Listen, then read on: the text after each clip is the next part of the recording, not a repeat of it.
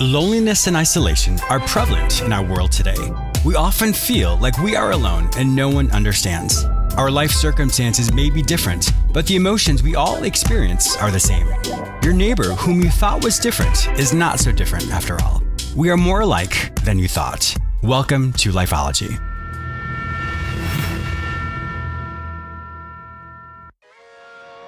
I am James Miller, your host and a licensed psychotherapist. Did you know we're more alike than you thought? Think about it. We all experience the same type of emotions: love, joy, peace, bitterness, rage, and that's what makes us human.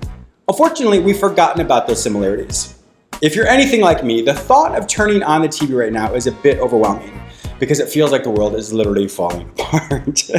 Psychology states that a person remembers losing $50 more than they remember finding $50. Why do you think that is?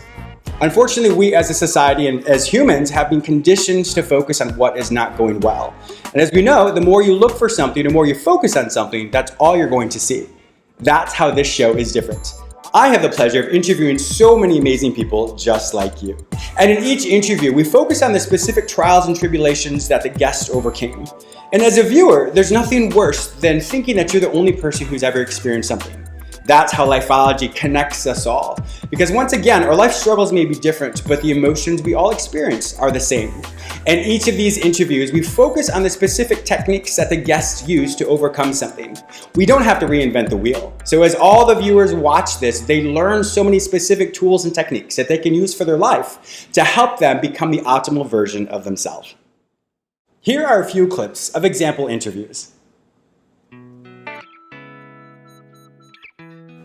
Kevin, as you're teaching us your expertise as far as mentorship, I know so many of my listeners and viewers right now are hearing this and thinking, well, it's Kevin Harrington. He has so many businesses. He's a master entrepreneur. He's a shark on Shark Tank. All of these things that you've done, and that doesn't even describe everything you've done. But I know so many of my listeners and viewers are thinking, well, how do I even connect with Kevin because he's so successful? How do we even relate with you? What would you say to them? I actually got my first mentor when I was 11 years old. Now, happened to be my father, Charlie, who he was a bartender, and he came to me one day and said, I've seen.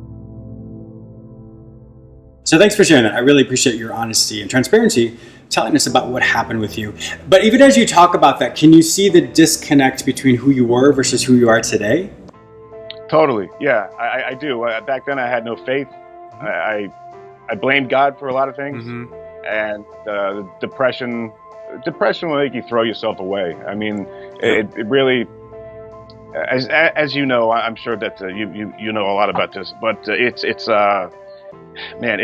tough when you don't care about things, you don't care about the outcomes, and you don't really think about them. So responsibility kind of goes out the window. Yeah. And when you know what's going to happen, you know you're getting fired. Now what happens? What do you do now?